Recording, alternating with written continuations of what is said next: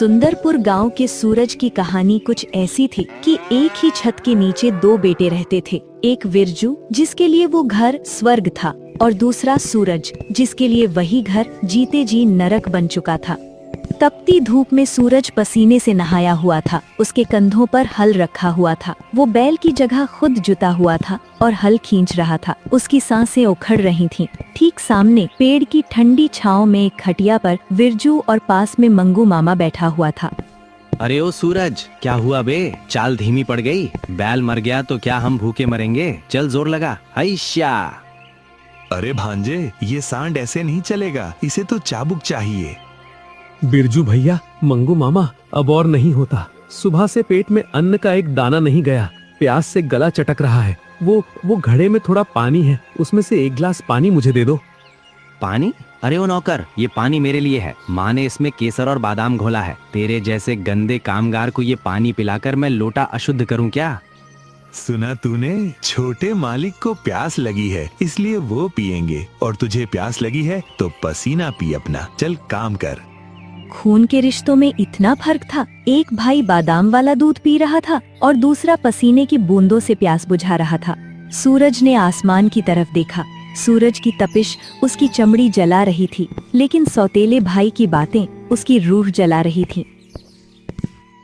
शाम हो चुकी थी। तभी सूरज लड़खड़ाते हुए धूल में सना हुआ घर आता है।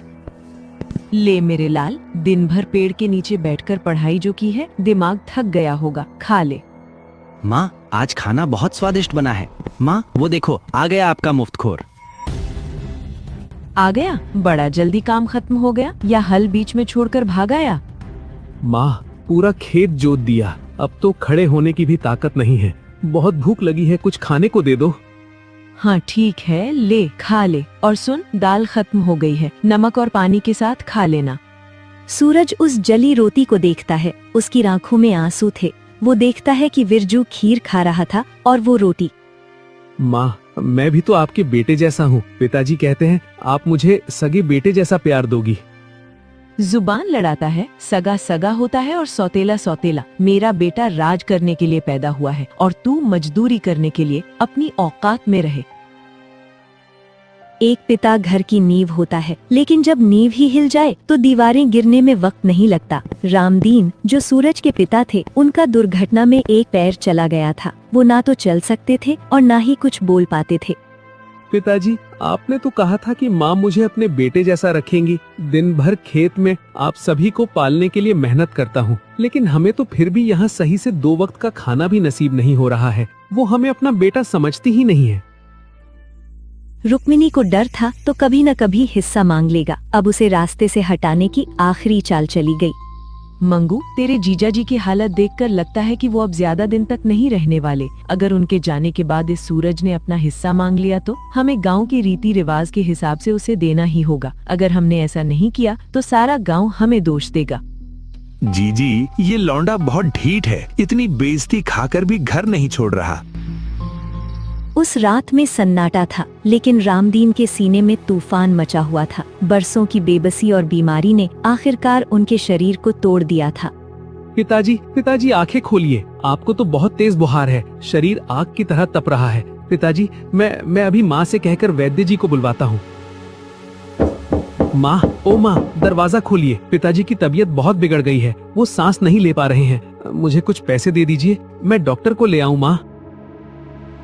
क्या है रे मनहूस, आधी रात को क्यों छाती पीट रहा है? न खुद सोता है न हमें सोने देता है। माँ, मैं आपके पैर पड़ता हूँ, पिताजी बचेंगे नहीं, उन्हें तुरंत इलाज की जरूरत है। मुझे थोड़े पैसे दे दीजिए, पिताजी को बहुत तेज बुखार है। अरे क्या नाटक है माँ इसका, क्यों बेजा चाट रहा है? सुन रे सूरज, तिजोरी की चाबी क्या तेरे बाप ने मुझे दी थी? और किस बात का इलाज? हाँ, अरे वो तो वैसे भी खाट पर पड़ा पड़ा सड़ रहा है। वो जिंदा भी है तो मुर्दे के समान ही है, न कमा सकता है न चल सकता है। माँ, ये आप क्या कह रही हैं? वो मेरे पिता हैं, आपके पति हैं, सिंदूर है वो आपका। सिंदूर और सुहाग तब अच्छा लगता है जब वो घर में 4 पैसे लाए। जो आदमी खुद अपनी मैली धोती नहीं बदल सकता, उस पर मैं जमा पूंजी फूंक दूं? जब भाग यहाँ से। अगर उसकी मौत आई है तो उसे कोई नहीं रोक सकता। डॉक्टर बुलाकर पैसे बर्बाद करने का मुझे कोई शौक नहीं है। माँ, मेरी बात तो सुनो माँ। उस बंद दरवाजे ने सूरज को बता दिया था कि पत्थर की मूरत से दया की भीख मांगना बेकार है। वो वापस अपने पिता के पास आया। उस रात सूरज ने अपनी आंखों के सामने अपने भगवान को तिल तिल कर मरते देखा। उसके पास सिर्फ आंसू थे, न दवा थी, न दुआ काम आ रही थी। अगली सुबह सूरज तो उगा, लेकिन रामदीन की आंखों का सूरज हमेशा के लिए डूब चुका था। वो जा चुके थे।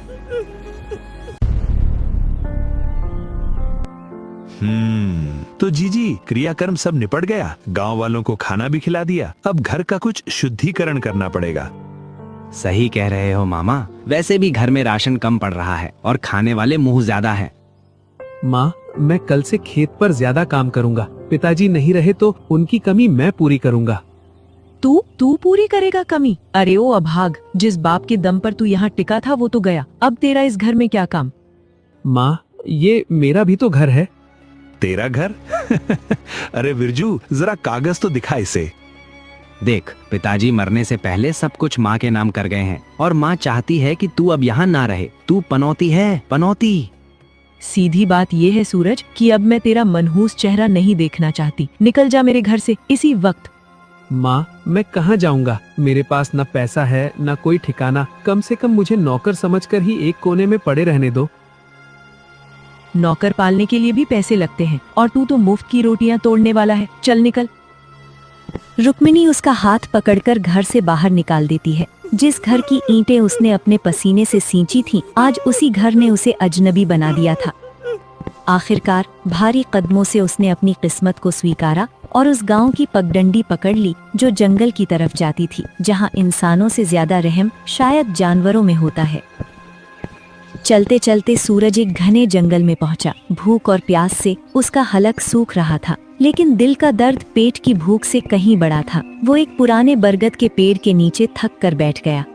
क्यों? आखिर क्यों भगवान? मैंने किसी का क्या बिगाड़ा था? माँ छीनी, पिता छीने, घर छीना, अब क्या मेरी जान लेकर ही मानोगे? अगर यही न्याय है तेरा तो आज मुझे भी उठा ले। मैं जीना नहीं चाहता।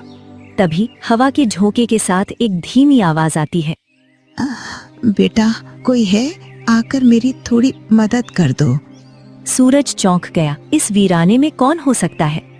ये कौन है? यहाँ इतने घने जंगल में कौन हो सकता जो मदद के लिए पुकार रहा है? उसने आंसू पोंछे और आवाज की दिशा में बढ़ा। झाड़ियों के पीछे एक पेड़ के नीचे एक बूढ़ी अम्मा बैठी थी। अरे, ये तो कोई बूढ़ी अम्मा है। मुझे पास जाकर पूछना चाहिए क्या बात है। सूरज उनके पास जाता है और उनसे पूछता है, अम्मा, आप यहाँ इस जंगल में अकेली क्या कर रही हो? ये जंगल तो जानवरों का है। बेटा, क्या तू मेरी मदद कर सकता है? ये लकड़ियों का गट्ठर उठाकर मेरे सिर पर रख दे, मैं कैसे भी करके ले जाऊंगी। अरे नहीं अम्मा, ये गट्ठर बहुत भारी है। आपकी कमर झुक गई है। इस उम्र में इतना वजन उठाना ठीक नहीं है। लाइए, हटो आप, मैं इसे उठा लेता हूँ। ना बेटा ना, तू क्यों कष्ट करेगा? तू तो खुद थका हारा लग रहा है। तेरी आंखों में तो जैसे वीरानियां छाई हैं। बस मेरे सिर पर रखवा दे, मैं धीरे धीरे ले जाऊंगी। माँ के सिर पर बोझ रखकर कोई बेटा आराम से कैसे चल सकता है अम्मा? और फिर मुझे तो अब भारी बोझ उठाने की आदत हो गई है। आप बस रास्ता बताइए, घर कितनी दूर है? बूढ़ी औरत ने सूरज के चेहरे को गौर से देखा। उस अनजान लड़के की बातों में जो अपनापन था, वो उसे सालों बाद महसूस हुआ था। जुग जुग जियो मेरे लाल, भगवान तेरी झोली खुशियों से भर दे। बस बेटा, यहाँ से कुछ दूरी पर ही मेरी झोपड़ी है। चल, मैं तेरे साथ चलती हूँ। तेरा नाम क्या है बेटा? और तेरे कपड़ों पर इतनी धूल और तेरी आंखों में इतने आंसू, ये बात कुछ हजम नहीं हुई। तू किसी लक्कड़हारे का बेटा तो नहीं लगता? नाम सूरज है अम्मा, पर अब लगता है कि नाम बस नाम ही रह गया है। रोशनी सब छिन गई है। और कपड़ों की बात मत पूछिए। अभी कुछ देर पहले तक मैं भी एक घर वाला था। बात करते करते वे एक छोटी सी टूटी फूटी लेकिन साफ सुथरी झोपड़ी के पास पहुंच गए। सूरज ने गट्ठर को आंगन में जोर से पटक दिया। बेटा, मैं अभी पानी लेकर आती हूँ। गला सूख गया होगा तेरा। मैंने व्यर्थ ही तेरा समय बर्बाद कर दिया। तुझे कहीं जाना होगा ना? तेरे घर वाले राह देख रहे होंगे। राह? अम्मा, मेरा अब कोई घर नहीं है जहाँ कोई मेरी राह देखे। मेरा समय अब किसी के लिए कीमती नहीं रहा। ये क्या कह रहा है लल्ला? इतना होनहार और सजीला जवान बेटा और कोई घर नहीं? क्या हुआ तेरे साथ? क्या बताऊं अम्मा, बचपन में मेरी सगी माँ मुझे और पिता को छोड़कर चली गई। पिताजी थे तो सब अपना था, उनके जाते ही सब पराया हो गया। जिस घर को मैंने अपने खून पसीने से सींचा, उसी घर से सौतेली माँ ने मुझे निकाल दिया। कहा कि मैं पनौती हूँ, मेरे ही पिता की छत के नीचे मेरे लिए कोई जगह नहीं बची। मैंने बहुत मिन्नतें की अम्मा कि मुझे नौकर बनाकर रख लो, बस एक कोने में पड़ा रहूंगा, पर उन्होंने मुझे धक्के मारकर निकाल दिया। अब न सिर पर छत है, न पेट में दाना और न ही जीने की कोई वजह। सूरज का दर्द सुनकर अम्मा का कलेजा कांप गया। चुप हो जा मेरे बच्चे, चुप हो जा, रोते नहीं। देख देख मेरी तरफ, तुझे लगता है तू अकेला है? इस दुनिया में दुख सबको है बेटा।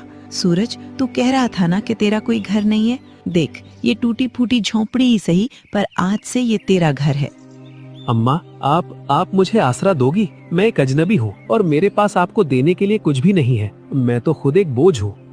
कैसी बात करता है पगले, तू बोझ नहीं, मेरे बुढ़ापे की लाठी है। बोल, क्या तू इस बेबस बुढ़िया का बेटा बनेगा? क्या मुझे माँ कहकर पुकारेगा? सूरज ने अम्मा की आंखों में देखा। वहाँ वही ममता थी, वही तड़प थी, जिसके लिए वो अपनी सौतेली माँ के सामने गिड़गिड़ा रहा था। जो प्यार उसे अपने घर में नहीं मिला, वो आज इस पराई झोपड़ी में मिल रहा था। अम्मा, मुझे लगा था मेरा सब कुछ लुट गया, लेकिन भगवान ने मुझसे पत्थर की मूरत वाली माँ छीनकर आज साक्षात देवी जैसी माँ दे दी। मैं आपका बेटा बनकर रहूंगा अम्मा, मैं आपकी हर सेवा करूंगा। अब जीने के लिए सूरज को उसका नया आसमान मिल चुका था, लेकिन कहानी अभी खत्म नहीं हुई थी।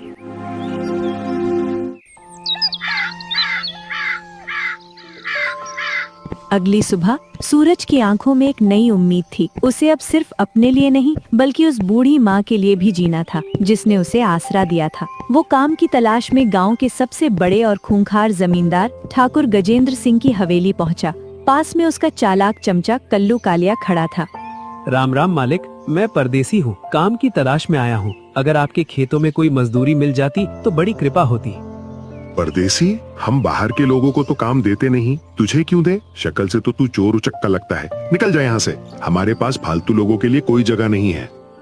मालिक, मैं मुसीबत का मारा हूँ, चोर नहीं। आप जो कहेंगे मैं वो काम करूँगा। भले ही पैसे कम दीजिएगा, बस अनाज दे दीजिएगा। कहा ना नहीं है काम, बहरा है क्या? सूरज निराश होकर लौटने ही वाला था कि तभी कल्लू कालिया की आंखों में एक चमक आई। वो झुककर ठाकुर के कान में फुसफुसाया। अरे सरकार, जाने मत दीजिए, रुकिए। मालिक, वो काली टेकरी वाली बंजर जमीन याद है, जहाँ पत्थर के सिवा कुछ नहीं उगता? हम बरसों से उसे आबाद करने की सोच रहे हैं, पर मजदूरी के डर से कोई तैयार नहीं होता। इस परदेसी को वहाँ झोंक देते हैं। लेकिन कल्लू, वहाँ तो घास भी नहीं उगती, ये क्या कर लेगा? यही तो फायदा है सरकार। इससे कहेंगे कि फसल का आधा हिस्सा तेरा। अगर इसने मेहनत करके जमीन उपजाऊ बना दी तो बैठे बिठाए आपकी जमीन सोना बन जाएगी। और अगर कुछ नहीं होगा तो हमारा क्या गया? मेहनत इसकी, पसीना इसका। ठाकुर के चेहरे पर एक कुटिल मुस्कान आ गई। उसे कल्लू कालिया की चाल समझ आ गई थी। चित भी मेरी, पट भी मेरी। ए लड़के, रुक। देख, मेरा दिल बहुत बड़ा है, तुझे खाली हाथ नहीं लौटाऊंगा। गांव के दक्षिण में मेरी एक जमीन है जो थोड़ी पथरीली है। अगर तू उसे खोद कर खेती लायक बना दे तो जो भी फसल होगी उसका आधा हिस्सा तेरा। मंजूर है? मंजूर है मालिक, बिल्कुल मंजूर है। मैं अपनी मेहनत से पत्थर में भी फूल खिला दूंगा। जा, कुदाल उठा और लग जा काम पर। लेकिन याद रखना, जब तक काम पूरा ना हो एक पैसा नहीं मिलेगा। सूरज उस जमीन पर पहुंचा। वो खेत कम और पत्थरों का जंगल ज्यादा लग रहा था। दोपहर का सूरज आग बरसा रहा था। हिम्मत मत हार सूरज, ये जमीन पत्थर है तो क्या हुआ? मेरे इरादे लोहे के हैं। अम्मा के लिए मुझे ये करना ही होगा। सूरज ने अपनी कुदाल उठाई और जमीन पर वार करना शुरू किया। कई घंटे बीत गए। सूरज पसीने से लथपथ था। तभी अचानक उसकी कुदाल जमीन के नीचे किसी सख्त चीज से टकराई। अरे, ये कैसी आवाज है? ये पत्थर तो नहीं लगता। उसने और खुदाई की। उसमें से एक पुराना तांबे का बड़ा मटका निकलता है। उस मटके का मुंह एक लाल कपड़े से बंधा हुआ था। ये क्या है? किसी ने खेत के बीच में ये मटका क्यों गाड़ा होगा? और इसमें क्या हो सकता है? सूरज मटके से कपड़ा हटाता है, तभी उसमें से एक रोशनी निकली। सूरज डर के मारे पीछे हट गया। देखते ही देखते वो रोशनी एक सुंदर स्त्री के रूप में बदल गई। उसके चेहरे पर तेज था, लेकिन आंखों में कृतज्ञता। आप कौन है? और इस मटके में? डरो मत पुत्र, मैं वन देवी हूँ। वर्षों पहले एक दुष्ट तांत्रिक ने मेरी शक्तियों को छल से इस मटके में कैद कर दिया था और इस बंजर जमीन में गाड़ दिया था, और आज तुमने मुझे मुक्त कर दिया। सूरज को अपनी आंखों पर विश्वास नहीं हो रहा था। उसने तो बस पेट भरने के लिए खुदाई की थी। उसे क्या पता था कि वो किसी देवी को मुक्त कर रहा है। पुत्र, मैं तुम्हारी स्थिति जानती हूँ। तुमने अपनों का तिरस्कार सहा है और गरीबी देखी है, लेकिन जिसने देवी को मुक्त किया हो वो अब दरिद्र नहीं रह सकता। मांगो, क्या मांगते हो? हे देवी, मुझे अपने लिए कुछ नहीं चाहिए। बस मेरी एक बूढ़ी अम्मा है जिसने मुझे तब सहारा दिया जब अपनों ने ठुकरा दिया था। उनके बुढ़ापे में कोई कष्ट ना हो, बस इतना कर दीजिए। तुम्हारी ये निस्वार्थ भावना ही तुम्हारी असली दौलत है। जाओ पुत्र, ये मटका जिसने मुझे कैद रखा था आज से तुम्हारी किस्मत की चाबी बनेगा। ये अब साधारण मटका नहीं रहा, ये अब रत्नों और स्वर्ण मुद्राओं से भरा है। इसका धन कभी खत्म नहीं होगा। जाओ, अपनी माँ के पास जाओ और एक नया जीवन शुरू करो। इतना कहकर देवी अंतर ध्यान हो गयी। सूरज ने कांपते हाथों से मटके में झांका। वो हीरे, जवाहरात और सोने के सिक्कों से लबालब भरा हुआ था। धन्यवाद माँ, धन्यवाद। आज आपने इस अनाथ को राजा बना दिया। सूरज उस भारी मटके को लेकर किसी तरह लड़खड़ाते हुए अम्मा की झोपड़ी में पहुंचा। उसका चेहरा खुशी और डर दोनों से तमतमा रहा था। अम्मा, ओ अम्मा, दरवाजा बंद करो जल्दी। देखो मैं क्या लाया हूँ। क्या हुआ लल्ला? तू इतना घबराया हुआ क्यों है? किसी से झगड़ा तो नहीं हुआ? झगड़ा नहीं अम्मा, आज किस्मत से समझौता हुआ है। देखो। जैसे ही सूरज मटके का मुंह खोलता है, सोने के सिक्कों और रत्नों की चमक देखकर बूढ़ी अम्मा की आंखें फटी रह जाती हैं। हे मेरे राम, ये सब क्या है बेटा? तूने कोई गलत काम तो नहीं किया? ये राजा का खजाना कहाँ से उठा लाया? नहीं माँ, ये चोरी का नहीं है। ये मेरे पसीने और उस वन देवी का आशीर्वाद है। उन्होंने मुझे दिया है। उन्होंने कहा है कि अब हमारे दुख के दिन खत्म हुए हैं। उस रात दोनों सो नहीं पाए। अगले कुछ हफ्तों में सूरज ने समझदारी से काम लिया। उसने उस धन का उपयोग करके एक सुंदर और बड़ा मकान अपने और अपनी बूढ़ी अम्मा के लिए खरीद लिया। लेकिन अमीरी छिपती नहीं है। उधर सूरज की किस्मत चमक चुकी थी और इधर ठाकुर गजेंद्र सिंह अपनी हवेली में आराम से बैठा हुआ था। उन्हें भनक भी नहीं थी कि जिस जमीन को उसने बेकार समझकर दिया था, उसने सोना उगल दिया है। तभी कल्लू कालिया बदहवास सा दौड़ता हुआ अंदर आता है। गजब हो गया सरकार, अनर्थ हो गया। लुट गए हम तो, एकदम लुट गए। अरे क्या हुआ? क्यों सुबह सुबह मातम मना रहा है? कहीं ओले पड़ गए क्या फसल पर? ओले नहीं सरकार, उस परदेसी सूरज के घर सोना बरसा है, सोना। क्या बकता है? साफ साफ बोल। सरकार, वो काली टेकरी वाली बंजर जमीन जिसे हमने सूरज को दिया था, खोते समय उसे वहाँ एक सोने से भरा मटका मिला है। सुना है उसमें इतना हीरा जवाहरात और सोना है कि वो अब हमसे भी बड़ा सेठ बन गया है। उसने बाजार में नई हवेली भी खरीद ली है। क्या? खजाना? मेरी जमीन में खजाना गड़ा था और मुझे पता नहीं चला? और तू, तेरे कहने पर मैंने उसे वो जमीन दी थी। अब बोल, मेरा जो नुकसान हुआ उसकी भरपाई का तेरा बाप करेगा? माफ कर दीजिए सरकार, मुझे क्या पता था कि पत्थरों के नीचे लक्ष्मी बैठी है। पर सरकार, अभी भी बाजी हाथ से नहीं गई है। क्या मतलब? वो मटका तो ले गया, अब क्या खाकबाजी बची है? सरकार, जरा सोचिए, हमारा सौदा क्या हुआ था? आपने कहा था जो फसल उगेगी उसका आधा हिस्सा तेरा। सौदा फसल का था, खजाने का नहीं। जमीन के कागज आज भी आपके नाम है और जमीन के पेट में जो भी निकलता है वो जमीन मालिक का होता है, मजदूर का नहीं। वाह कल्लू, मान गए तेरी लोमड़ी जैसी बुद्धि को। सही कह रहा है तू। खेत में गेहूं उगे तो किसान का, लेकिन अगर सोना निकले तो वो जमीन मालिक का। बिल्कुल सरकार, वो परदेसी लड़का है, उसे कानून का क्या पता। हम सीधा राजा साहब के पास जाएंगे। तो आज ही राजा के दरबार में पेशी होगी। उस सूरज के बच्चे को मैं बताता हूँ कि शेर के मुंह से निवाला छीनने का अंजाम क्या होता है। चलो। लालच में अंधे होकर ठाकुर और उसका चमचा कल्लू सूरज को लेकर राजा के दरबार में पहुंच गए। दुहाई हो महाराज, मेरे साथ घोर अन्याय हुआ है। ये सूरज मेरा मजदूर था। जिस जमीन से ये खजाना निकला वो जमीन मेरी है, पुश्तैनी है। तो जमीन के नीचे का गड़ा धन भी मेरा हुआ ना। इस लड़के ने मेरे साथ छल किया है। सूरज, क्या ये सच है कि जमीन ठाकुर की थी? जी महाराज, जमीन इन्हीं की थी, लेकिन शर्त ये थी कि फसल का आधा हिस्सा मुझे मिलेगा। और महाराज, वो खजाना मुझे सीधे गड़ा हुआ नहीं मिला। मैंने वहाँ फसल उगाने के लिए खुदाई की थी, लेकिन तभी मुझे एक मटका मिला। जब मैंने उसे खोला तो उसमें से देवी निकली। मुझे ये धन उन्होंने मेरे परिश्रम और मेरी माँ की सेवा के लिए वरदान में दिया है। अगर मैं खुदाई ना करता तो ये धन अनंत काल तक मिट्टी में ही रहता। ठाकुर, क्या तुम्हें पता था कि वहाँ कोई रहस्यमयी जादुई मटका है? नहीं महाराज, मुझे पता होता तो मैं इसे खोदने क्यों देता। यही न्याय है। अगर तुम खोदते तो शायद तुम्हें केवल पत्थर मिलते। देवी ने पात्र देखकर धन दिया है, भूस्वामी देखकर नहीं। जमीन तुम्हारी हो सकती है, लेकिन भाग्य उसका होता है जो कर्म करता है। ये खजाना सूरज का है, और चूंकि ये दैवीय वरदान है, इसे छीनना राज्य पर विपत्ति ला सकता है। राजा के फैसले ने सूरज की जीत पक्की कर दी। सूरज अब आधिकारिक रूप से उस संपत्ति का मालिक। कुछ दिन बीते। एक शाम वो अपने कक्ष में आया तो देखा कि बूढ़ी अम्मा बैठी रो रही थीं। अम्मा, आप रो रही हैं। क्या हुआ? क्या किसी नौकर ने कुछ कहा या मेरी कोई बात बुरी लगी? बताइए ना। तकलीफ तू दूर नहीं कर सकता बेटा, क्योंकि ये तकलीफ मैंने ही तुझे दी है। मैं समझा नहीं अम्मा। सूरज, तूने कभी पूछा नहीं कि मैं उस जंगल में अकेली क्यों थी? मेरा असली नाम क्या है? मेरे लिए आप बस मेरी माँ हैं। नाम से क्या फर्क पड़ता है? फर्क पड़ता है बेटा, बहुत फर्क पड़ता है। मैं कोई अनजान औरत नहीं हूँ। मैं ही तेरी वो बदनसीब माँ सावित्री हूँ, जो तुझे बचपन में छोड़कर चली गई थी। क्या आप मेरी असली माँ है? हालात ने मुझे मार ही दिया था बेटा। जब तू छोटा था तो तेरे पिता की बीमारी और गरीबी ने हमें तोड़ दिया था। मैं काम की तलाश में शहर गई थी, लेकिन पीछे से लोगों ने खबर उड़ा दी कि मैं भाग गई। जब मैं 1 महीने बाद लौटी तो तेरे पिता दूसरी शादी कर चुके थे। ये दुख मैं सह नहीं पाई और वहां से यहाँ चली आई।